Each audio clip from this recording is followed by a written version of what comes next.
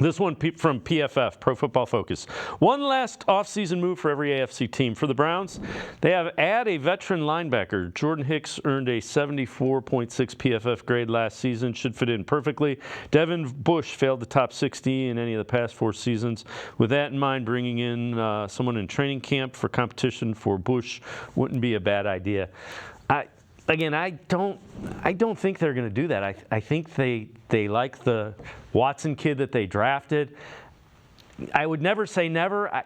I'm with you, though. I think if they're going to do anything, they try to find another sack guy. That's what I would do.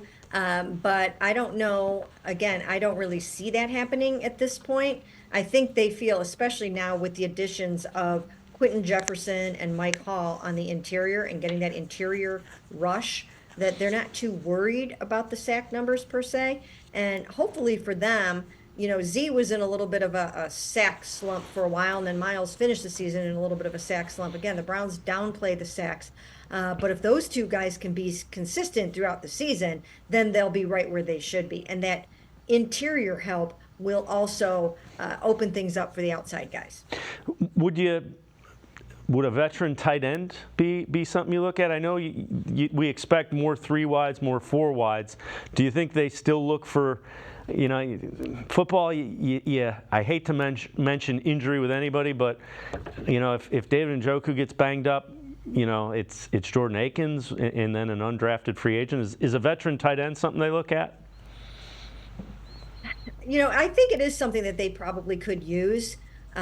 But they're kind of going the younger route a little bit. I think they're more or less willing to go with David and then with Jordan Akins, who's in the last year of his contract, and then one of the younger guys that was in rookie camp, Zayden Mitchell-Payton, and then they added a rookie free agent, and I can't remember his name right now, but they did sign a guy. I know I wrote about him yesterday, but it's just eluding me at this very second. From Wyoming, yeah. Yes, it's like Trayton Welch or something like that, but I didn't want to completely get it wrong. So, yes, they do want another tight end on the roster, especially because Harrison Bryant left in free agency. I don't know if it will be one of those guys or if they will see what shakes out in those cuts and maybe add a veteran.